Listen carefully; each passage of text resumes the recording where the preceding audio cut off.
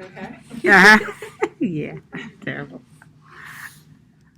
So sedative hypnotic drugs, they're drugs that suppress the central nervous system.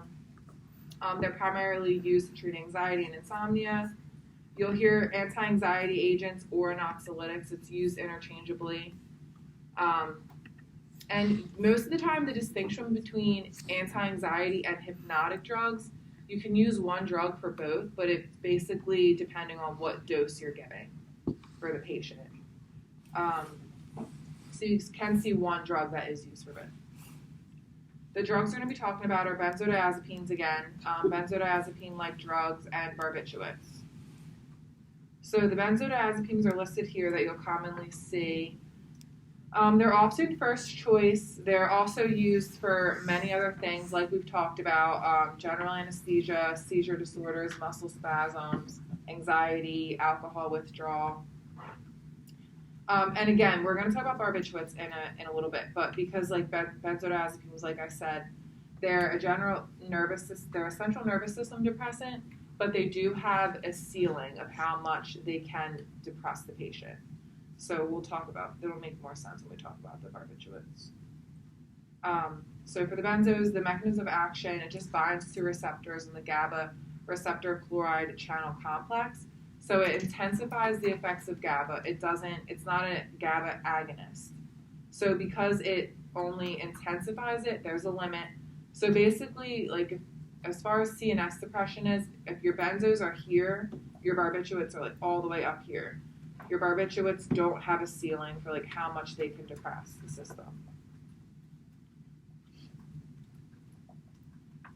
So overview of benzos with the central nervous system, they reduce anxiety, promote sleep, induce muscle relaxation.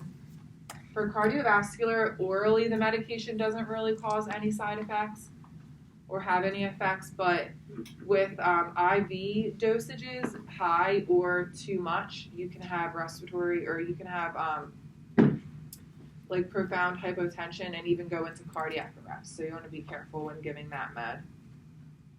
Respiratory-wise, when compared to barbiturates, benzos don't really have much respiratory depression, only if they're combined with other CNS suppressants like alcohol, opioids, things like that.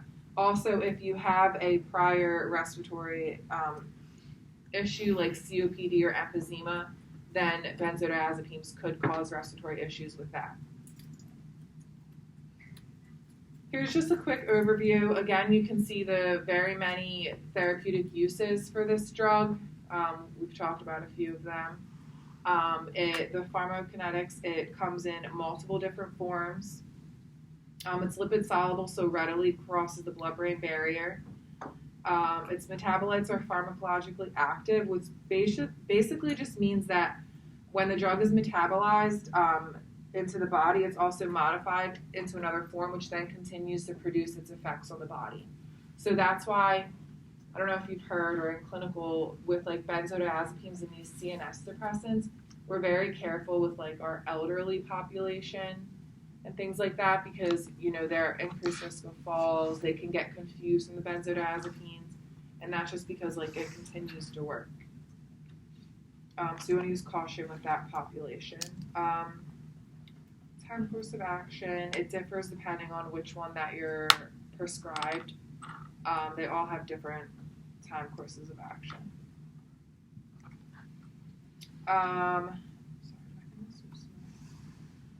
So it's adverse effects, CNS depression, obviously, because we're already depressing the CNS system, so we don't want to further depress it, and it is a possibility. Anterior grade amnesia is just that's when you have like impaired recall of events that take place after taking the medication. So you take the medication and then you complain of forgetfulness afterwards. That's something you definitely want you want to teach a patient about, to tell the provider if they're experiencing that. And then also sleep driving, which is exactly what it sounds like. It's when a patient carries out complex behaviors but have no memory of doing it, such as like making phone calls, making meals, driving. if this were to happen, this is something that the doctor would stop the medication for. But of course, like taper it off. And then benzos are category D and X, depending on which one you're on. It's also avoided in breastfeeding mothers because it readily crosses the placental barrier. And there is a risk for physical dependence. Like I said, if you are on it for a long term, it can cause physical dependence. So as far as like toxicity, an oral overdose often looks like drowsiness, lethargy, confusion, which that makes sense because it's a CNS depressant. So those are symptoms that you could get. IV toxicity is life-threatening. They can have hypotension, respiratory arrest, and cardiac arrest. Treatment for this, we can give them the antidote, which is romazicon.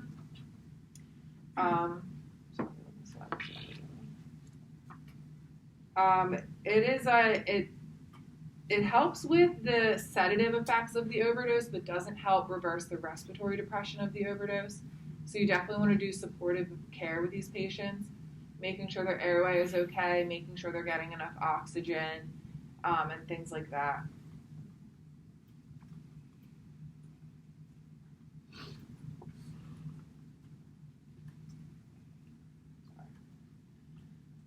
Did I skip one? No. Okay. So barbiturates, this is the second medication you may see ordered. Benzos are often used first, like I said. So barbiturates are very not addictive, but they have a very high threshold for abuse and addiction. They bind to the GABA receptors just like the benzodiazepines do, but again, they can directly enhance and mimic GABA. So they have more of an effect on the central nervous system. And they're way more, like sedative-wise, they can be stronger. Therapeutic uses are seizure disorders, given for anesthesia and insomnia. You have three classes there. You have the ultra short acting, short to intermediate acting, and long acting. Phenobarbital is the prototype for this. It's the most prescribed one. Adverse effects can be respiratory depression, of course, suicide, and then abuse is very high risk. Its other drug interactions are just CNS depressants because you're already depressing the CNS system. And then interactions that result from the induction of drug metabolizing enzymes, basically meaning any other med that you give that may induce or inhibit the metabolism of barbiturates, then you'll end up seeing your varying effects of the barbiturates. Either it's potentiated or it doesn't really give the patient any effect.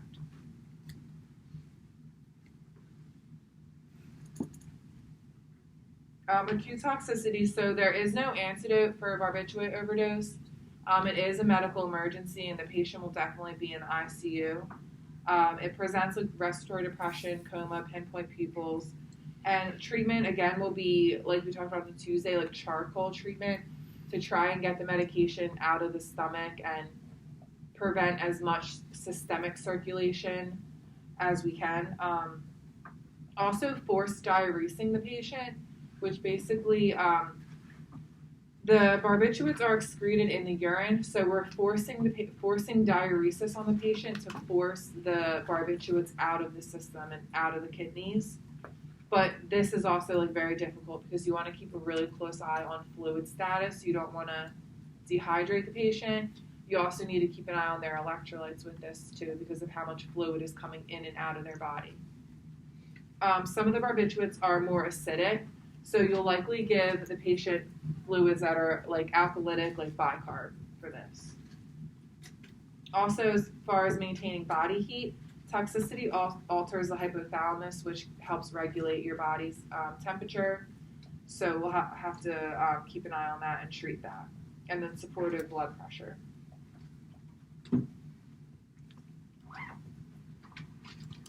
Next, talking about sleep and basic sleep principles.